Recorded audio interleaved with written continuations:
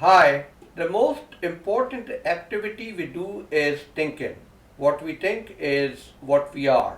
This point has been made by different seers and has resonated through ages. We've already discussed in a different talk how to think.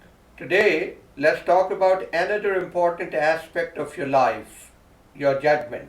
The quality of almost all of your opinions and your decisions depends on how good your judgment is. So that I hope is easy to understand. The quality of your judgment in turn depends upon a number of things like your experiences, your situation at a given point in time, and the information that you have at that point in time, and so on. But here we'll talk about surmounting two of the most important challenges that subtract from the quality and accuracy of your judgment: bias and noise. We all have biases that we are either not aware of or don't want to acknowledge.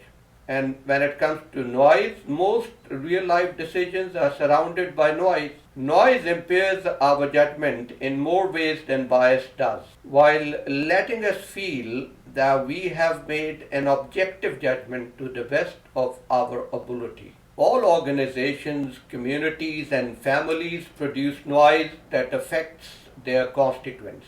In short, all human systems are noisy. That's why in reality our opinions do change without apparent reasons. And this holds true even for matters of careful, considered judgment by highly skilled professionals. Studies have shown that same judge has decided differently in similar cases on different occasions. So for making good judgments, you must practice and learn to be alert to both the bias and the noise involved. Here are 12 things you can do to improve your judgment. Number 1, focus on process and not the outcome. If the process repeatedly produces a judgment different from what you wanted, then that is probably the right opinion, the right decision. You can develop a judgment process that will produce the best judgments for you: predictive, evaluative, intellectual, or other opinions that matter. Your process must be free from biases and guided by noiseless rules. It may be difficult for you to imagine that a mechanical adherence to a simple process will often achieve a higher accuracy than we can, but this is now a well-established fact. 2. Be self-aware. Your biases and your moods both impact your judgment. We have all experienced how our judgment can depend on how we feel. The effect of moods on judgment has been a subject of enormous research in psychology. It's not just simply about good or bad moods. Remember, when it comes to judgment, being in a good mood is a mixed blessing and a bad mood is a silver lining.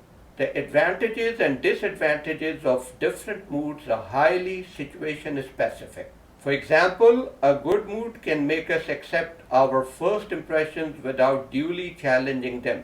On the other hand, a shift to bad mood in some negotiation situations can achieve good results. So you have to train yourself to guard the mood manipulation of your judgment. You're not always the same person, and you're less consistent over time than you think. Number 3, watch out against bullshit receptivity. Yes, bullshit receptivity is now a scientifically acknowledged trait in this age of ubiquitous media. Be wary of seemingly profound but vacuous statements and information that keeps appearing in your social media feeds. All of us have to do it. Number 4, be mindful of overconfidence. Overconfidence is one of the best documented cognitive biases.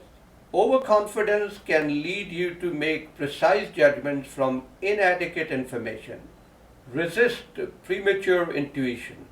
They are often false signals lending confidence and comfort to your judgment. So what do? You delay your intuition. It may be useful later.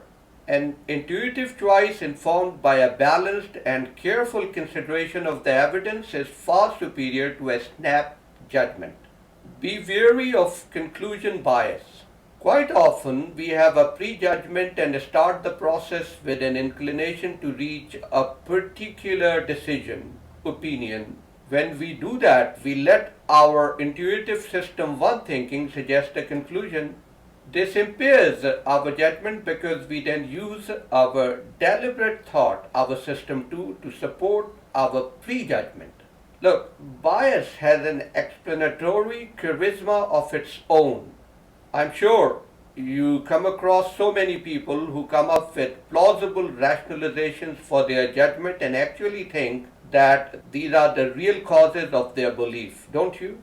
Well, then don't be one of them. Be very skeptical of this conclusion, confirmation, or desirability bias. Number 6, be alert to excessive coherence.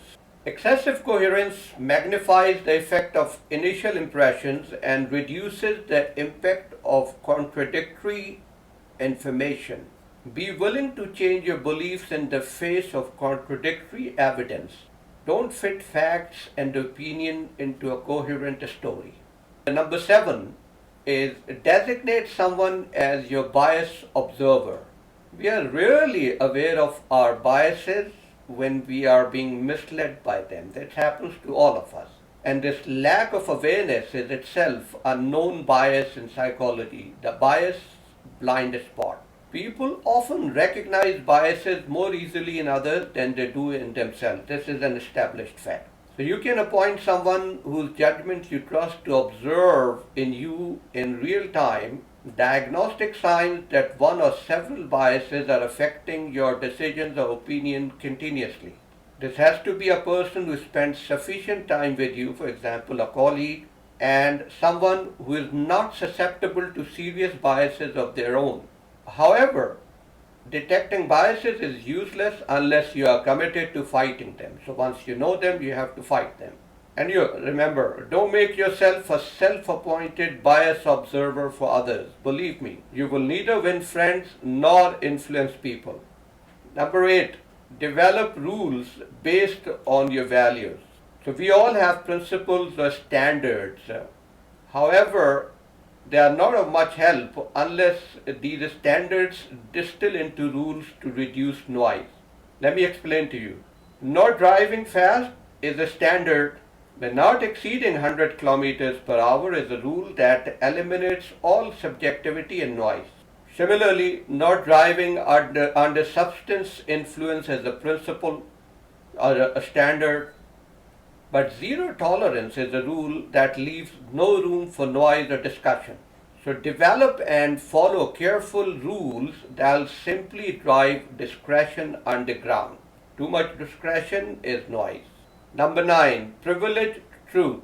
Tell yourself that the goal of your opinion or judgment is accuracy and not individuality or creativity.